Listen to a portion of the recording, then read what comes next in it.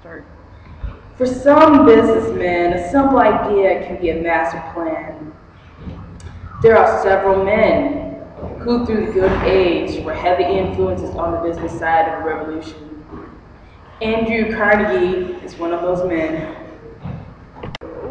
Andrew Carnegie was born in Scotland in 1835.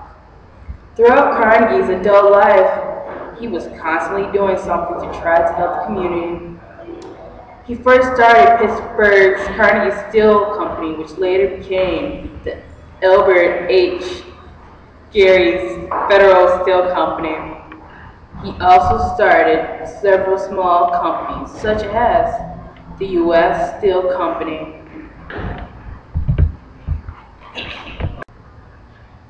After his mingling with business affairs, he turned to philanthropy. Andrew Carnegie founded the Carnegie Corporation of New York, Carnegie Endowment for International Peace, Carnegie Institution of Washington, Carnegie Mellon University, and the Carnegie Museums of Pittsburgh. With all of his accomplishments, Andrew Carnegie was very affluent. Yet despite his wealth, Andrew Carnegie was very supportive of the poor people. He is shown here in the comic saying, "Down with the rich!" showing that even though he is rich, he does not think any more of himself. A second businessman of the Gilded Age is John D. Rockefeller. During the Gilded Age, Rockefeller was a leading man both in the petroleum business but also in philanthropy. Similar to Andrew Carnegie, John D. Rockefeller founded the Standard Oil Company. The reason that Rockefeller's oil business grew so much was because at the time, Kerosene and gasoline were very important in everyday life. Everyone needed it, and he was the only one supplying it.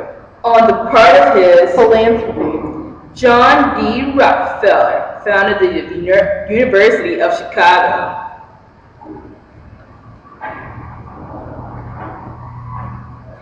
And Rockefeller University.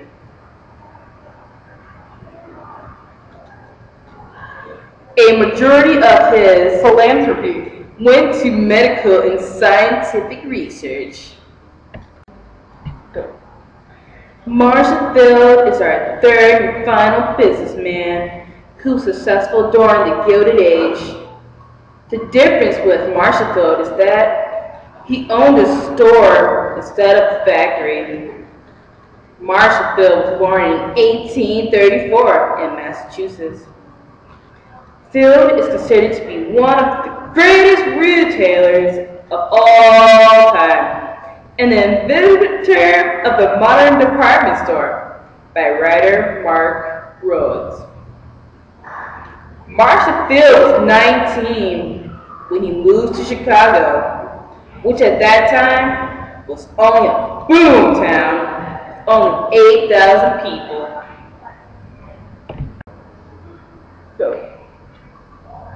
Marshall Field worked for Cooley, Wadsworth and Company for a few years and then joined forces with competitor Potter Palmer. Potter Palmer, Marshall Field, and then Levi Leader all collaborated and set up Field, Palmer, and Leader. After a while, Palmer retired, and in 1881, Field bought out Leader. Field now owns one of the most successful businesses in the country. Field then went on to philanthropy, similar to both Andrew Carnegie and John D. Rockefeller. Marshall Field donated $1 million to build a natural history museum in Chicago, or what is now known as the Field Museum of Natural History.